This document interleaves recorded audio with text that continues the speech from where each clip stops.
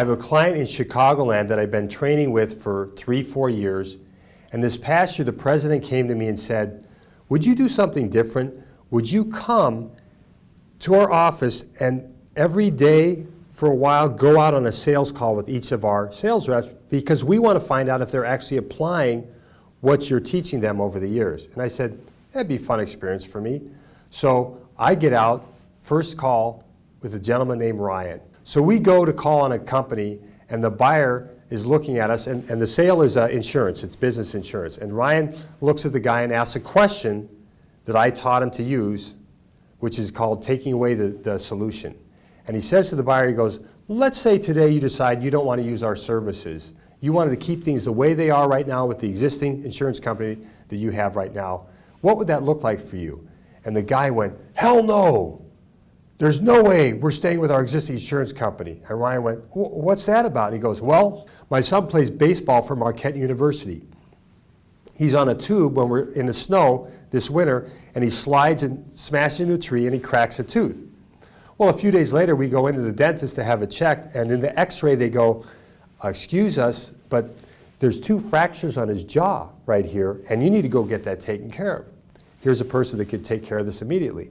So we went and had his jaw set, because it was starting to set on its own, crooked, and submitted the claim to the insurance company, was rejected, because dentists don't give recommendations for that kind of surgery.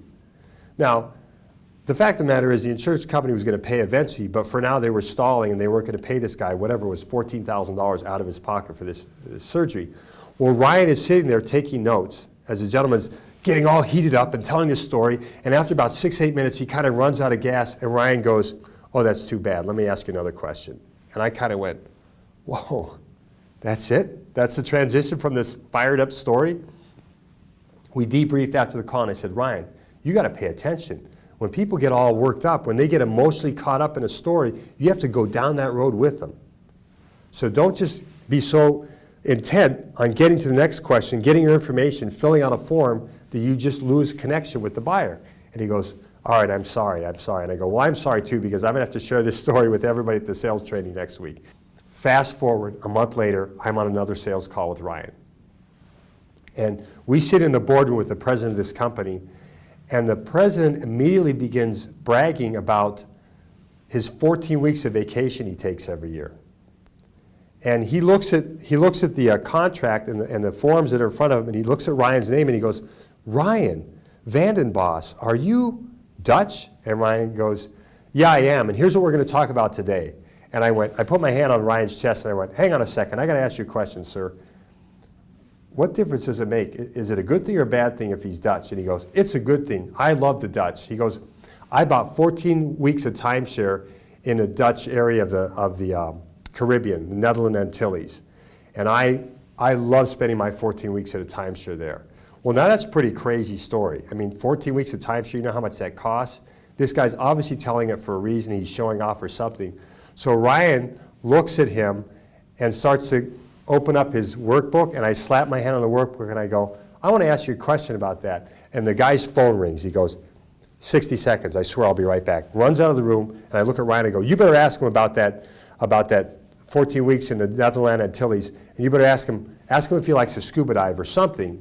And so the guy comes back in the room, and Ryan goes, let me ask you about your trips to the Caribbean. Do you like to sail? And the guy goes, actually, I like to scuba dive. And we had this really long conversation. I'm a diver, so we got caught up in this conversation. Had a great sales call. I get a phone call a week later from Ryan. That guy bought from me. He loved the relationship we had. He trusted I was going to take care of him and his employees, so he bought from me. He told me that was what it was. Well, my question for you as a sales pro, based on this story in the video today, is how well do you attend to the emotions that people exhibit during the sales calls? How well do you evoke and raise up emotions by telling stories or hearing their stories and getting into their stories? Another funny sidebar about emotions is there's positive and negative emotions. So we learn that people are motivated by good things and benefits. We also learn that people are motivated by bad things and problems you can solve with your products or services. So pay attention, look for emotions, get caught up in emotions with people, and you'll become a better sales pro.